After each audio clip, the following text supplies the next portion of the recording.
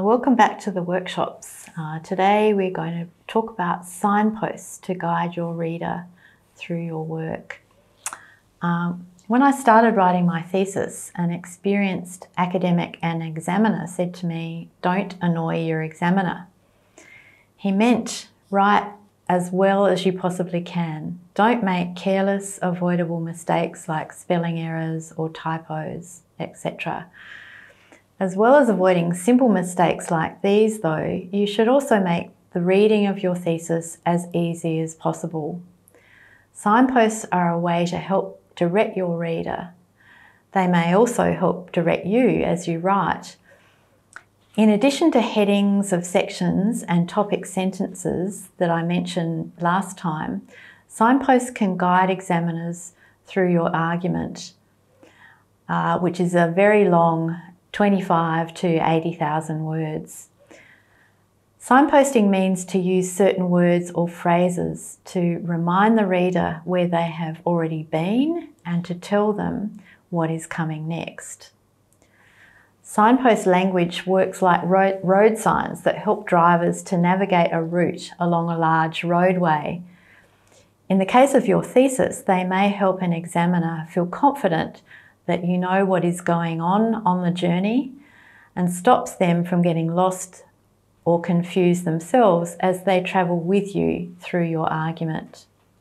To signpost in your thesis, you give an overview of the thesis and say where the reader is going next. In your introduction, you state your question and the argument you will pursue in your thesis as a whole to answer it. For example, this thesis demonstrates that. Here the word demonstrates is an example of a signpost marker. It's a word or a phrase that indicates to the reader that they need to look out for information about where you are going or where you've been. In the first paragraph or two of each chapter, let the reader know where they have come from and where they are going. Again, don't overestimate your reader's capacity for holding your whole thesis in their heads. For example, having demonstrated in chapter 3 that blah, blah, blah, this chapter explores the next step in the process. Demonstrated and explores are signposts or guiding words for your reader. Have an almost identical phrase at the end of each chapter, using the past tense to indicate to the reader that the chapter is complete. Such language isn't always elegant, but it serves the important purpose of making the reader feel that they are clearly following your direction.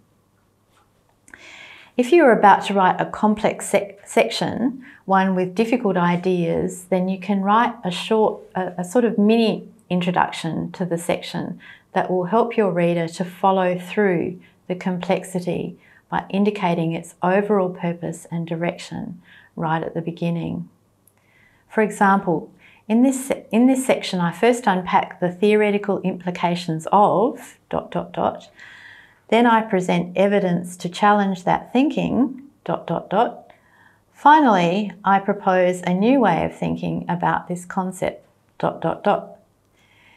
In this mini introduction, in this section I unpack, then I present data, and finally I propose, are all signposts to guide the reader along the path you want to make sure they are following.